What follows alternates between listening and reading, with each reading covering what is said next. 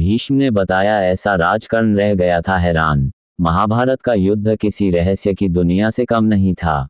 इस युद्ध के मैदान में एक के बाद एक रहस्यों से पर्दा उठता रहा और हम सभी आश्चर्य में पड़ते गए। सभी किरदार एक से एक नाटकीय। इन्हीं में से एक थे कर्ण और भीष्म पितामह। दोनों का ही जीवन रहस्यों से भरा हुआ था और दोनों ही महान योद्धा थे। कुरुक्षेत्र युद्ध आरंभ होने से पूर्व पितामह भीष्म और कर्ण में इतनी कटुता उत्पन्न हो गई थी कि कर्ण ने यहाँ तक घोषित कर दिया था कि जब तक भीष्म पितामह युद्ध भूमि में रहेंगे और जब तक वो सेनापति है, उस समय तक मैं युद्ध करने नहीं उतरूंगा। और जब भीष्म पितामह बाणों की शैया पर लेटे अपनी अंतिम घड़ी आने की प्रतीक्षा कर रहे थे, तो एक एक कर वहां उनसे मिले कौरव और पांडव पक्ष के समस्त योद्धा पहुंचे। वहां सबसे अंत में कर्ण आए थे, जिनको एक दूसरे को देखना भी स्वीकृत नहीं था। उन दोनों में अंतिम समय क्या हुआ, आइए जानते हैं। महाभारत के भीष्म पर्व अध्याय 122 के अनुसार भीष्म जी को रथ से गिराया गया सुनकर राधानंदन कर्ण के मन में कुछ भय समा गया। वह बड़ी उतावली के साथ उनके पास आया। उस समय उसने देखा महात्मा भीष्म शरशय्या पर सो रहे हैं। भीष्म जी के नेत्र बंद थे।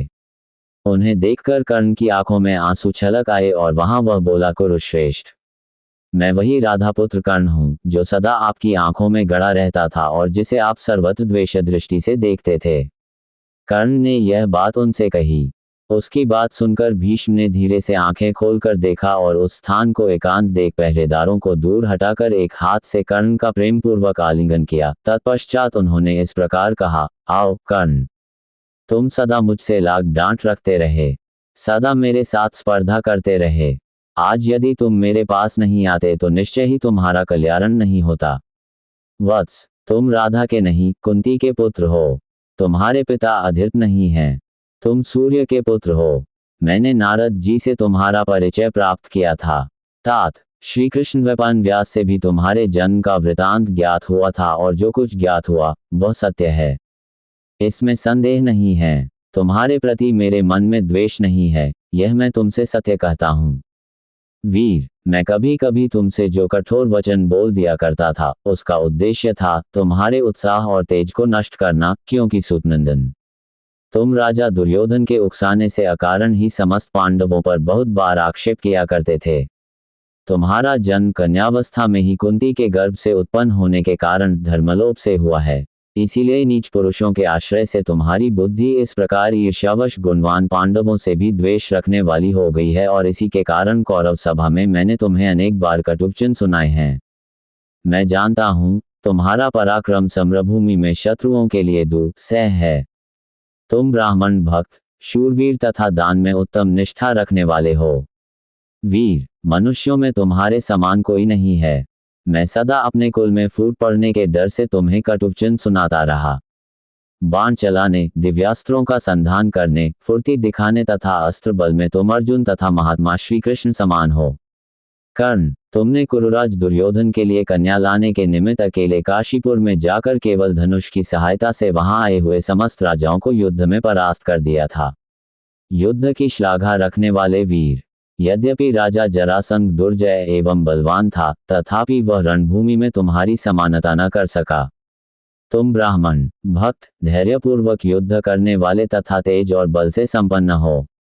संग्राम भूमि में देव कुमारों के समान जान पड़ते हो और प्रत्येक युद्ध में मनुष्यों से अधिक पराक्रमी हो। मैंने पहले जो तुम्हारे प्रति क्रोध किया था वह अब दूर हो गया है, क्योंकि प्रारब्ध के विधान को कोई पुरुषार्थ द्वारा नहीं टाल सकता। शत्रुसूदन, मेरी मृत्यु के द्वारा ही यह वैर की आग बुझ जाए और भूमंडल के समस्त नरेश अब दुख शोक से रहित एवं निर्भय हो जाएं। कर्ण ने कहा, महाबाहो भीष्म, आप जो कुछ कह रहे हैं उसे मैं भी जानता हूँ। ये सब ठीक है, इसमें संशय नहीं है। वास्तव में मैं कुंती का ही पुत्र हूँ, सूत पुत्र नहीं हूँ। परंतु माता कुंती ने तो मुझे पानी में बहा दिया और सूत ने मुझे पाल पोष कर बड़ा किया। पूर्व काल से ही मैं दुर्योधन के साथ स्नेह करता आया हूँ और प्रसन्नतापूर्वक रहा हूँ। दुर्योधन से मैंने ये प्रतिज्ञा कर ली है कि तुम्हारा जो जो दुष्कर कार्य होगा वह सब मैं पूरा करूंगा। दुर्योधन का ऐश्वर्य भोग कर मैं उसे निष्फल नहीं कर सकता। जैसे वसुदेवनंदन श्री कृष्ण पांडुपुत्र अर्जुन की सहायता के लिए दृढ़ प्रतिज्ञ हैं, उसी प्रकार मेरे धन, शरीर, स्त्री, पुत्र तथा यश सब कुछ दुर्योधन के लिए निछावर हैं। यज्ञों में प्रचुर दक्षिणा देने वाले कुरुनंदन भीष्म, मैंने दुर्योधन का आश्रय लेकर पांडवों का क्रोध सदा इसलिए बढ़ाया है कि यह क्षत्रिय जाति रोगों का शिकार होकर न मरे, युद्ध में वीर गति प्राप्त करे। ये युद्ध अवश्यंभावी है, इसे कोई टाल नहीं सकता। भला दैव को पुरुषार्थ के द्वारा कौन मिटा सकता है? पितामह, आपने भी तो ऐसे निमित्त लक्षण देखे थे जो भूमंडल के विनाश की सूचना देने वाले थे। आपने कौरव सभा में उनका वर्णन भी किया था। पांडवों तथा भगवान वासुदेव को मैं सब प्रकार से जानता हूँ, वे दूसरे पुरुषों के लिए सर्वथा अजेय हैं, तथापि मैं उनसे युद्ध करने का उत्साह रखता हूँ और मेरे मन का ये निश्चित विश्वास है कि मैं युद्ध में पांडवों को जीत लूंगा। पांडवों के साथ हम लोगों का ये वैर अत्यंत भयंकर हो गया है, अब इसे दूर नहीं किया जा सकता। मैं अपने धर्म के अनुसार प्रसन्नचित होकर अर्जुन के साथ युद्ध करूंगा। तात, मैं युद्ध के लिए निश्चय कर चुका हूँ। वीर, मेरा विचार है कि आपकी आज्ञा लेकर युद्ध करूं, अतः आप मुझे इसके लिए आज्ञा देने की कृपा करें।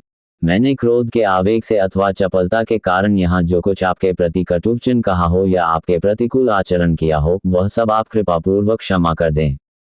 भीष्म ने कहा, कर्ण, यदि यह भयंकर वैर अब नहीं छोड़ा जा सकता तो मैं तुम्हें आज्ञा देता हूँ, तुम स्वर्ग प्राप्ति की इच्छा से युद्ध करो।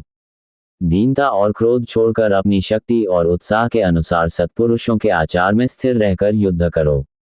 तुम रण क्षेत्र में पराक्रम कर चुके हो और आचारवान तो हो ही। कर्ण, मैं तुम्हें आज्ञा देता हूँ, तुम जो चाहते हो वह प्राप्त करो। धनंजय के हाथ से मारे जाने पर तुम्हें क्षत्रिय धर्म के पालन से प्राप्त होने वाले लोगों की उपलब्धि होगी। तुम अभिमान शून्य होकर बल और पराक्रम का सहारा ले युद्ध करो। क्षत्रिय के लिए धर्मानुकूल युद्ध से बढ़कर दूसरा कोई कल्याणकारी साधन नहीं है। कर्ण, मैं तुमसे सत्य कहता हूँ, मैंने कौरवों और पांडवों में शांति स्थापित करने के लिए दीर्घकाल तक महान प्रयत्न किया था, किंतु मैं उसमें कृतकार्य न हो सका।